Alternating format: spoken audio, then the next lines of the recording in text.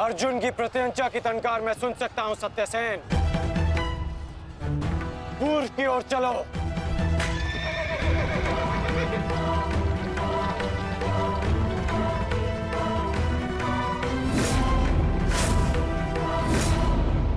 छल, कपट और अनीति के इस पुतले वासुदेव के कारण ही अब तक तुम युद्ध में टिके हो अर्जुन। परंतु आज मैं इस छल और कपट का अंत करके ही रहूंगा। सावधान!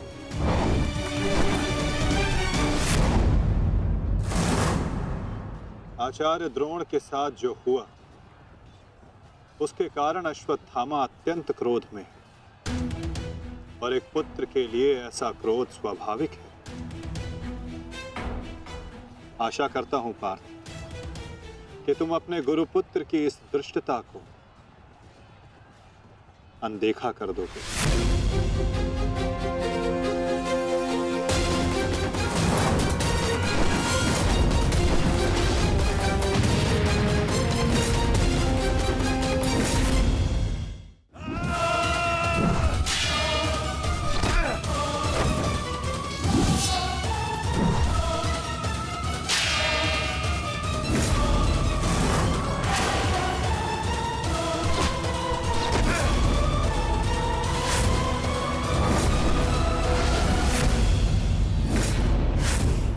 आपके जैसे कुशल राजा के होते हुए उस सूतपुत्र कर्ण को कौरवों का सेनापति बना दिया गया और आप देखते ही रह गए।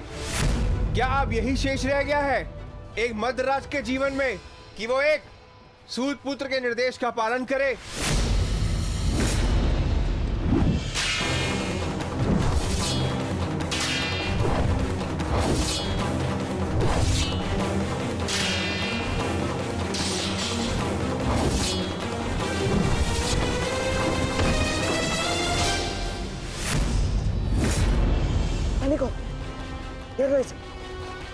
घेर लो इसे, मारो।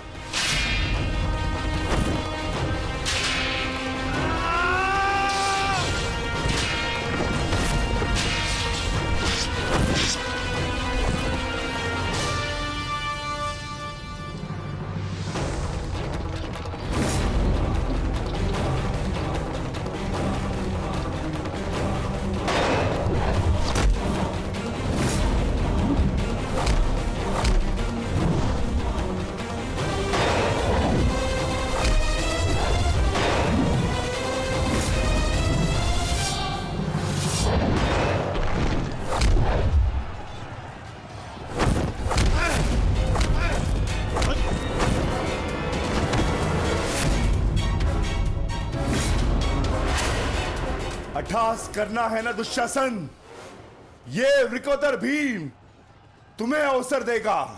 अट्ठास होगा युद्ध भूमि में, परंतु मृत्यु का, जो मृत्यु तुम्हारे और तुम्हारे भाइयों के शव पर खड़ी होकर अट्ठास करेगी। 90 अब तक 90 कौरवों का रक्त मैं अपनी गदा को पिला चुका हूं। आज शेष कौरवों की बारी है।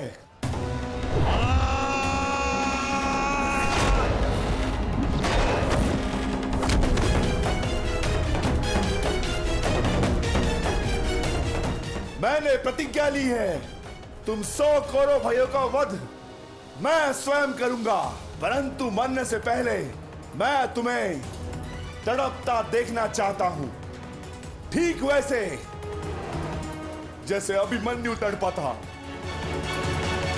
ठीक वैसे जैसे पांचाली तड़पी थी। तुम्हारे हाथों से बचने के लिए।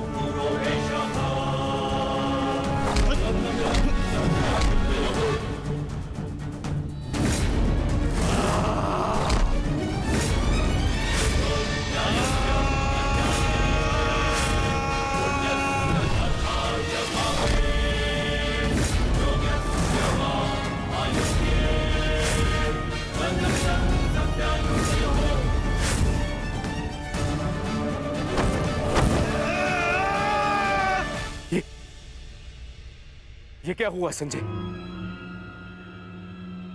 ये किसकी चीख? ये कौन है जो पीड़ा से तड़प रहा है? भीम और दुशासन के मध्य महायुद्ध हो रहा है महाराज।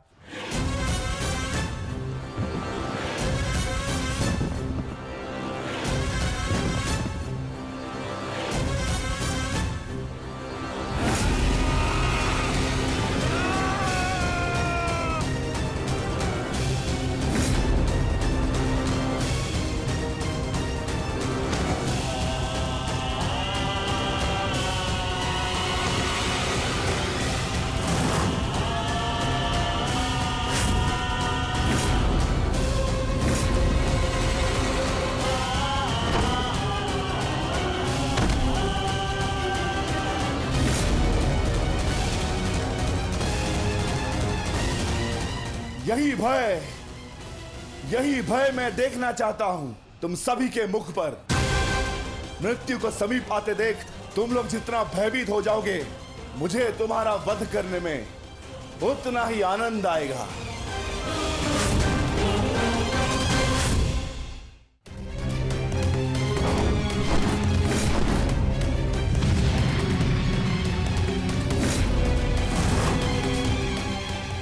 बस माता, बहुत हो गया।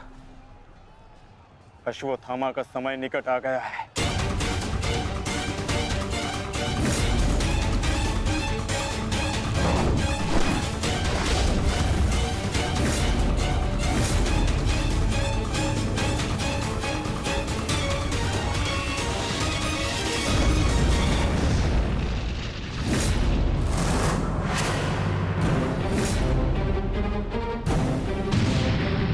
समय तो द्वंद्व पूर्ण होने का आ गया है अर्जुन।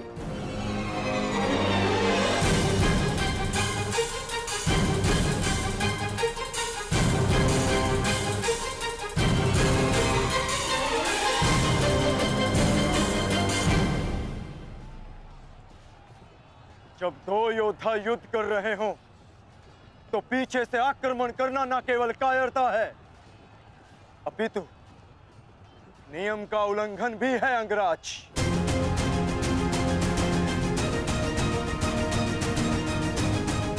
अश्वत्थामा, तुम जाके दुर्योधन की सहायता करो। अब ये द्वंद्व मैं पूर्ण करूंगा।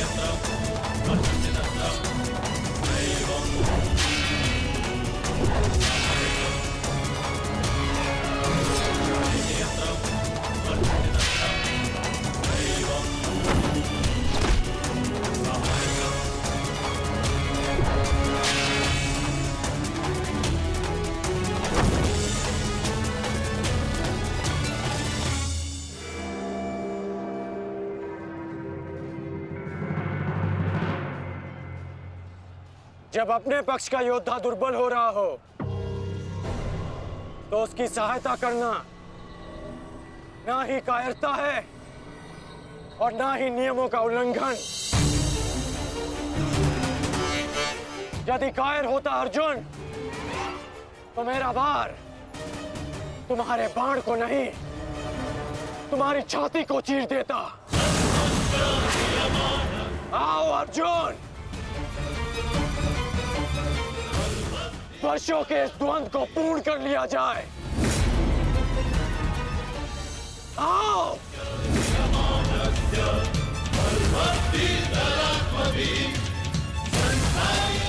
पार्थ, अंगराज की ये इच्छा पूर्ण करो।